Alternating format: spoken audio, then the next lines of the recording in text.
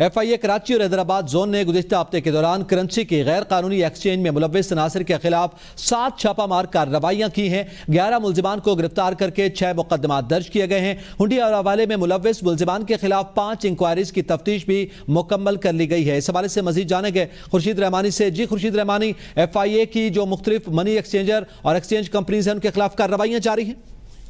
جی لقمان، دیکھیں director general FIA کی ہدایت پر کرنسی اسمگلرز اور ہنڈی حوالہ میں ملوث عناصر کے خلاف جو کریک ڈاؤن کا سلسلہ جاری ہے۔ اس حوالے سے گزشتہ ہفتے کے دوران کراچی زون اور حیدرآباد زون نے کرنسی کی غیر قانونی ایکسچینج میں ملوث عناصر کے خلاف 7 چھاپہ مار کارروائیاں کی۔ ان کارروائیوں کے نتیجے میں 11 ملزمان کو گرفتار کر کے 6 مقدمات درج کر لیے گئے ہیں۔ ہنڈی حوالہ میں ملوث ملزمان کے خلاف 5 انکوائری کی تفتیش بھی مکمل کی گئی ہے۔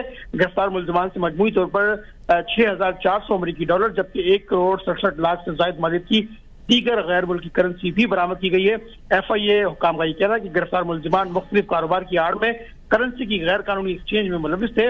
FIA نے ہنڈی حوالہ اور کرنسی کی غیر قانونی ایکسچینج میں ملوث ملزمان کے خلاف انٹیلیجنس بیسڈ کارروائیوں کا مزید جو ہے وہ آغاز کیا ہے، وہ آپریشن تیز کر دیا گیا ہے۔ بیرون ملک مقیم ہنڈی حوالہ اور غیر قانونی کرنسی ایکسچینج ڈیلروں کے خلاف بھی گھیرا مزید تنگ کیا جا رہا ہے۔